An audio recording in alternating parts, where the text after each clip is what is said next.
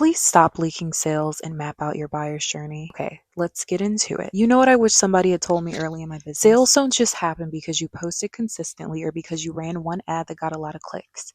Sales happen because your customer is taken on a clear journey. And most businesses, especially small businesses, never map that out. I was showing up everywhere, posting on Instagram, trying to figure out TikTok, dabbling in ads, a lot of dabbling in ads. And I still couldn't understand why my sales weren't lining up with the effort. It wasn't until I sat down with my sister when we were running our first brand and we looked at our actual numbers. We realized we weren't losing people because they didn't like our product. We were losing them in between. They click on something on our website, they get distracted, or they land on our site and not know what to do next.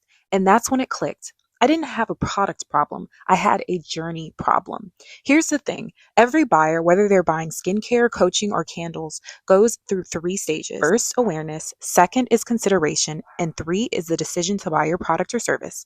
Awareness is when they first discover you, maybe through a reel or a TikTok. Consideration is when they're quietly comparing, looking at your competitors, reading reviews, and maybe even coming back to your page a few times. And then that's the decision stage. That is the buy moment. Most small businesses, especially new ones, spend all their energy on the awareness stage. And it makes sense, right?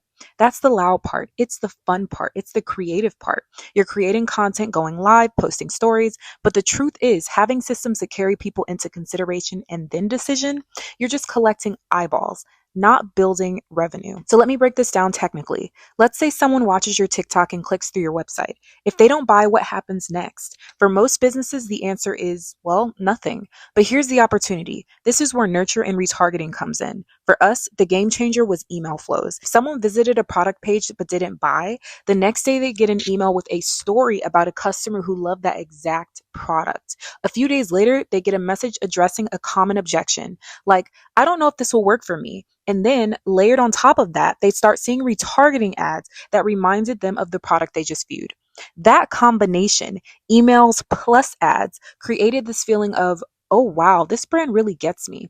And here's the kicker. It didn't take more effort from me. Once the flows were set up, they worked in the background, picking people back up where they left off. If you want to get more advanced, this is where segmentation comes in. Yes, you got to segment that list. Instead of blasting the same nurture emails to everyone, break your audience down by behavior. Someone who abandoned their cart is going to get a very different sequence than someone who only downloaded a freebie.